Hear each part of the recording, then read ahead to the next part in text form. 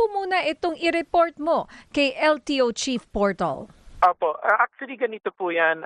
Sa dami po kasi ng mga nangyayari ng mga road rage, yung mga reklamo sa mga dealer, yung mga iba't ibang mga reklamo ng mga kababayan natin na normally po kasi pinapadala sa amin sa LTO pero hindi po namin naseserbisyuhan lahat, nafa-flood po kasi o kaya minsan hindi po may mga information na nakakalabas na hindi dapat.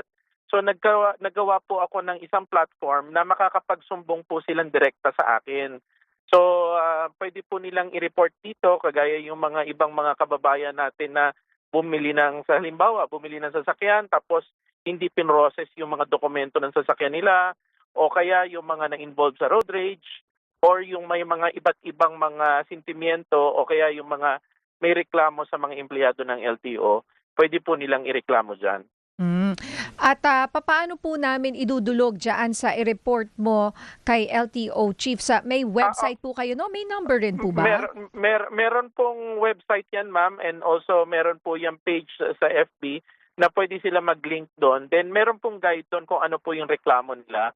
Then yung detalye nila para po mas ma-actionan po namin. At meron po akong dinesignate po ng mga tao na taga-sagot po dyan. Opo. At para po ma-review agad namin, actionan po kagad. Opo. Asek, good morning. Migs Busos po ito. Usually, Asek, ano po yung mga usual na complaints na nararanasan po Hello, ng mga sir? motorista? Sir? Sir? Hello? Sir, Asek? Narinig niyo po ako, Asek? Nako, nawala si Asek. Mm-mm. Oo, tinitingnan ko yung videos na pinapalabas po namin ngayon. Nakalagay po dito ang website ay i-report mo kay ltochief.com. Oh, actually, Yan. Ate Meron din Nins, sa Facebook, partner. actually, Ate Nins, ito yung interface po ng kanilang website. Pwede mong ilagay ang iyong first name, last name, email, phone number, type ng complaint. So more or less, merong nakakategory dito yung mga klase ng complaint nandito po siya at yung narrative ng complaint. At syempre, kailangan dito ng supporting evidence. To prove. Pictures or videos. Oo, maganda. Dapat sana may ganon. Pero I will just correct yung website partner, www.ireport mo kay ltochief.ph po yan. At pwede ho rin kayo tumawag sa kanilang LTO hotline. 24/7 po yan. 1-342-586. 1-342-586. Nasa linya na po ulit ang ating chief ng LTO. Magandang umaga, Asek Marcos Lacanilaw. Yes, ma'am, go ahead po. pagpaumanhin po ninyo, ako po kasi nasa kali, kaya po nawala ho ang signal. Oo nga Pabalik po ako ng Manila, galing po ako ng Region 4A. So, okay. yun po, yun po yung aming, kasi napansin po namin, ma'am, marami talagang kababayan natin na nagre-report sa LTO yung mga sari-saring mga problema. So ito po yung binigyan namin ng platform para po yung mga kababayan din natin na nasa probinsya ay matugunan din po namin at saka madokumento po namin ng ayos. Opo, parang isumbong mo kay Pangulo. 'Di ba? Nung kanyang Opo, sona, opo. isumbong mo kay Pangulo. Ang daming mga sumbong. Usually, Asek, ano na po yung mga nakukuha yung mga top hits ng mga ano ngayon? Sa ngayon po, sir, yung marami pong mga yung mga dealer ho na hindi inaayos yung mga dokumento ng sasakyan. Ang sinasabi po nila nasa LTO daw, pero pag-check namin, yung mga dealer hindi po nila sinasubmit sa LTO. Actually, sir, may mabigat silang parusa doon. Kaya nga po ini-encourage ko yung mga kababayan natin na ganyan ang nangyari sa kanila, isumbong nila kasi pwede po namin tanggalin ang accreditation ng mga dealer niyan. Bakit po kaya? Opo. Asek, bakit ganun? Bakit hindi nila inaayos agad? Ma'am, sir, kasi mayroon silang batching na ginagawa. Minsan yung liaison officer nila, hindi ho dinadala kaagad ng LTO.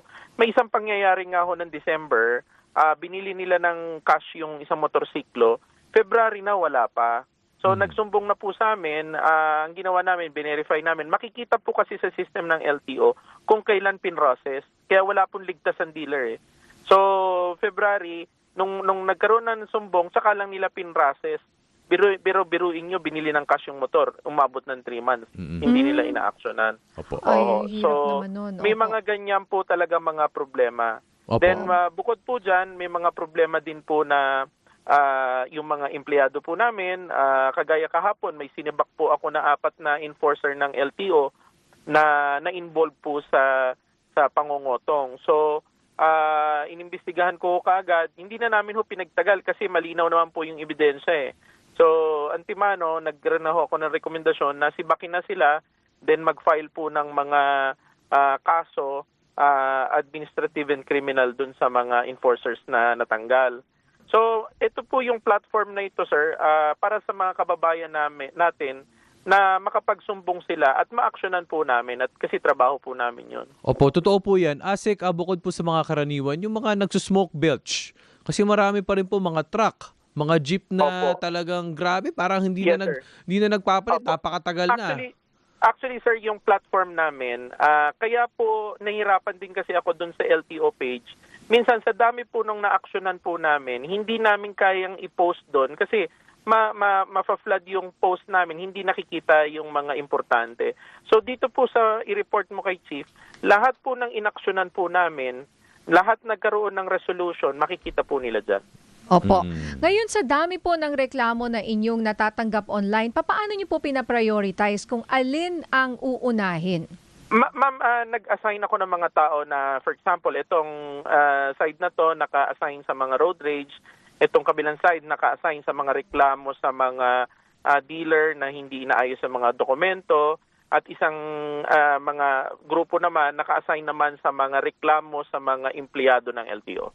Ayan. And on the average, meron na po ba kayong data kung ilang mga reklamo ang natatanggap po nila araw-araw? Ma'am, kahapon lang kami nag-start. Pero so far kasi ma'am, bago po namin i-start to, since October nung nag-start ako last year, gabi-gabi po kasi ako nagre-review ng mga ibang mga reklamo. So medyo marami po everyday, marami pong mga reklamo, lalo na kahit weekends, madami po kami ina-actionan.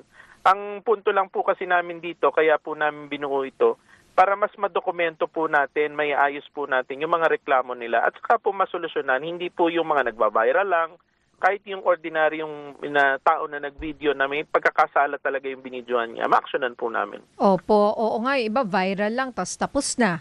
Baka nga yung Opo. iba na nadya pa, alam nilang nagpapahuli. Di ba Oo. yung mga iba, ganun Opo. na? Tapos mga Ma'am, walang sa amin- konteksto.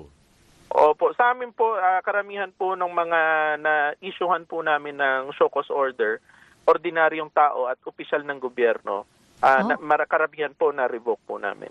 Opisyal ng gobyerno? Ano po ibig nyo sabihin? Meron pong mga opisyal ng gobyerno na bigyan ng show cause order sa mga traffic violations.